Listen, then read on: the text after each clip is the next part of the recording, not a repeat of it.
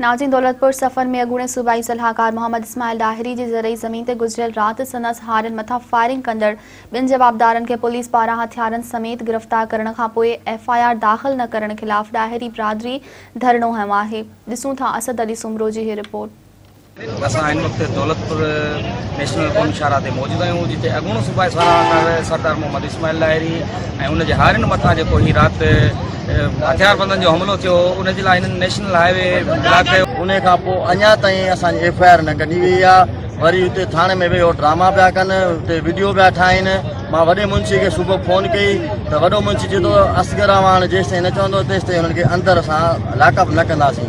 पोइ मूं वरी असगर अवान सां मूं ॻाल्हायो, मुंहिंजो साईं हीउ छा मसइलो आहे? हू राति गाॾी तव्हांखे सामान सां हमरा मिलिया आहिनि, तव्हां ॿाहिरि विहारे ठाहो, हुते होटल खुली पई आहे अंदरि थाणे में, कहिड़ो चकर आहे जेको आहे तव्हां लाकअप त कयो न हुनखे।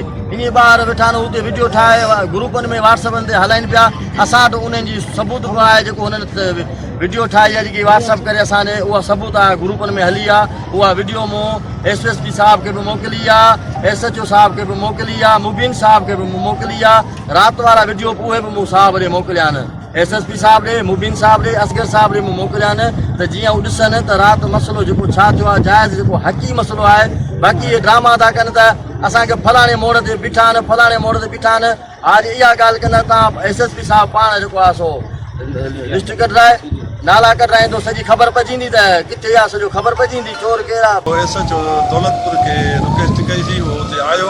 हाणे असांजो इहो अपील आहे, SP साहब इहा अपील आहे त हिन ते FIR कढी वञे। एजाज़ क्रिमिनल ॾोहारी आहे ऐं पाण दौलतपुर थाणे ते घुरबल आहे, ऐं मोहकम ऐं एजाज़ ॿई घुरबल आहिनि, ऐं ॿिन्हिनि ते FIR कढी वञे ऐं असांजा हक़ इंसाफ़ कयो वञे। डायरी मां पंहिंजी ज़मीन ते पाणी वारायां, मूं सां तक़रीबन 8-9 पंहिंजा हारी कढो आहे। तक़रीबन 1:15 बजे राति जो, तक़रीबन 1:15 बजे राति जो, पर मोटरसाइकिल निकिती मूंखे हारी चई इहा मोटरसाइकिल हींअर हिन बेवक़ा ते पंहिंजी दुश्मनी पाए हुनखे मुंहिंजो तव्हां अॻिते थी पियोसि, चए ॾिसो केरु आहे त लॻियो पियोसि। हिकिड़े पारां इशारो त उन सां न बीठो, वरी ॿियो हारी आहे त उनखे धिको ने, पोइ टियों हारी हुनखे जेको अॻियां फिरी अचे हुन पिस्टल कढी फेरिंग में शुरू थियो। तेसि ताणी असां हुननि हारनि रड़ियूं कयूं, तेसि ताणी मां ॿियनि पंहिंजी उमिरि जेके मुंहिंजा हारी कढा मां हुते पहुतुसि।